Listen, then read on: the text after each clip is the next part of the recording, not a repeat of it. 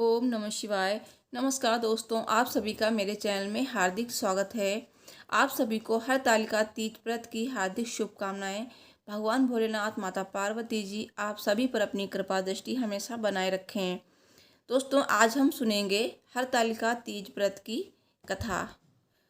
धार्मिक शास्त्रों के अनुसार भाद्रपद शुक्ल तृतीया को मनाए जाने वाले हरतालिका तीज व्रत हिंदू धर्म के कठिन व्रतों में से एक माना जाता है। इस व्रत में सुहागिनें तथा कुमारी कन्याएं पूरे श्रद्धा पूर्वक व्रत रखकर इस पर्व को उत्साहपूर्वक मनाती हैं। ये दिन शिव पार्वती जी के पूजन के साथ ही श्री गणेश जी के पूजन के लिए भी खास माना जाता है। हरतालिका तीज की ये व्रत कथा अखंड सुहाग का वरदान देने वाली मानी जाती है।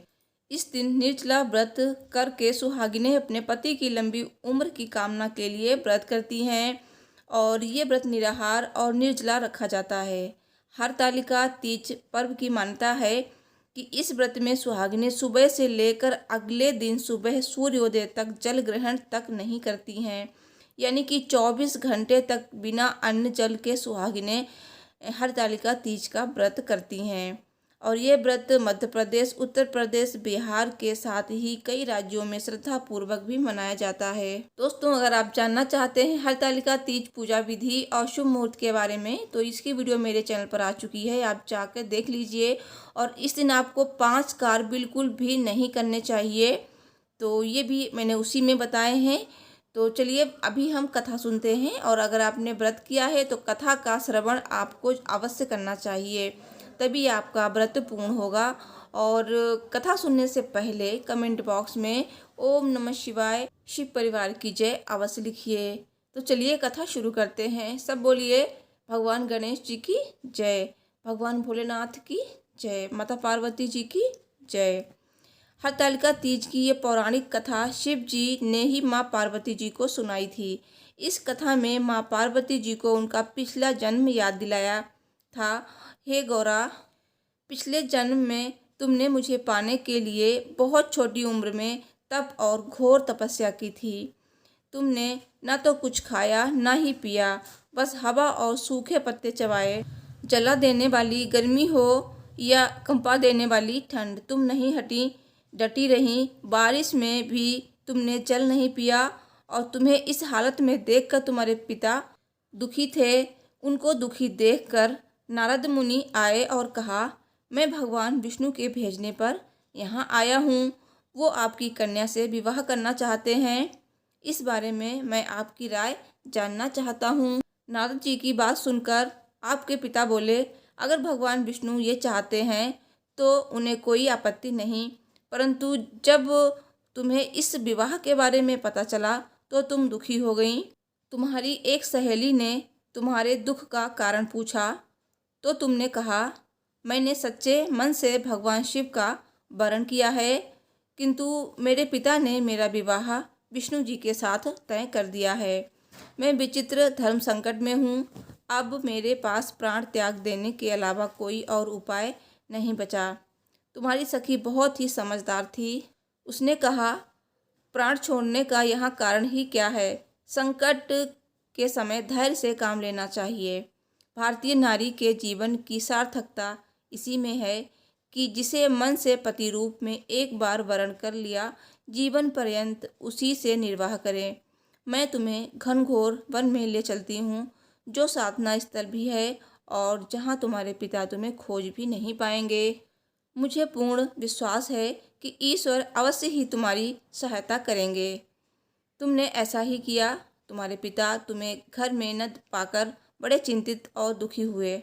इधर तुम्हारी खोज होती रही, उधर तुम अपनी सहेली के साथ नदी के तट पर एक गुफा में मेरी आराधना में लीन रहने लगी।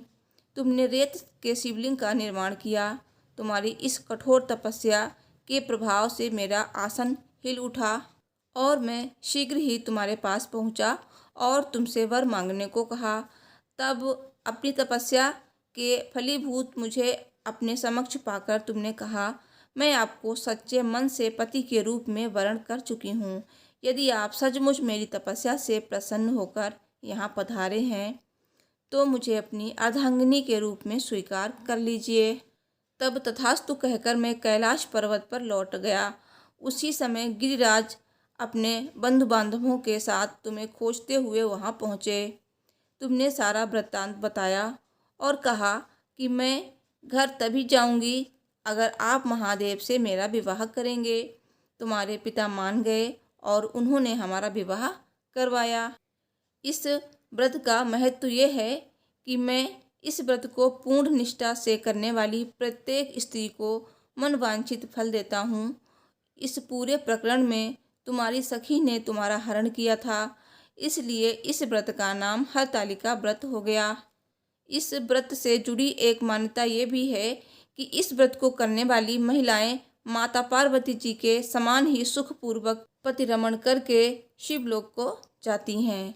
सब बोलिए भगवान गणेश की जय, भगवान भोलेनाथ की जय, माता पार्वती जी की जय। दोस्तों, हरतालिका तीज के दिन आप ये उपाय कर सकते हैं अगर आपके वैवाहिक जीवन में मनमुटाव चल रहा है तो। दोस्तों, इस उपाय को करने से वैवाहिक जीवन की समस्याएं दूर हो जाती हैं और पति पत्नी के बीच में अच्छे संबंध होते हैं। तो हरतालिका तीज का दिन वैवाहिक जीवन की समस्याओं को दूर करने का बहुत ही अच्छा दिन होता है।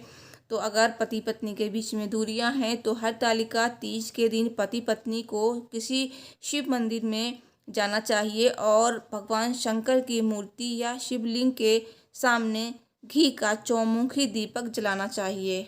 और दूसरा उपाय भी आप ये कर सकते हैं जो सुहागिन महिलाएं करें।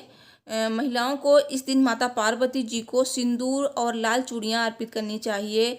इसके साथ ही ओम नमः शिवाय मंत्र का 108 बार जाप करना चाहिए। इस उपाय को करने से वैवाहिक जीवन में सुख शांति बनी रहती है। दोस्तों, इस दिन कुमारी लड़कियां मनचाहा जीवन साथी पाने के लिए ये उपाय करें। हरतालिका तीज के दिन आपको शाम के समय शिव मंदिर में जाकर भगवान शिव माता पार्वती जी के सामने 11 घी के दीपक जलाने हैं। इस उपाय को करने से आपको मन चाहे वर की प्राप्ति होगी। दोस्तों, वीडियो पसंद आई है तो लाइक शेयर सब्सक्राइब जरूर करें और कमेंट बॉक्स में ओम नमः शिवाय लिखें। और सारे उपाय आपको सच्चे मन से करने हैं। Thanks for watching. हर हर महादेव, जय माता दी। आप सभी को हरतालिका तीज की ढेरों शुभकामनाएं।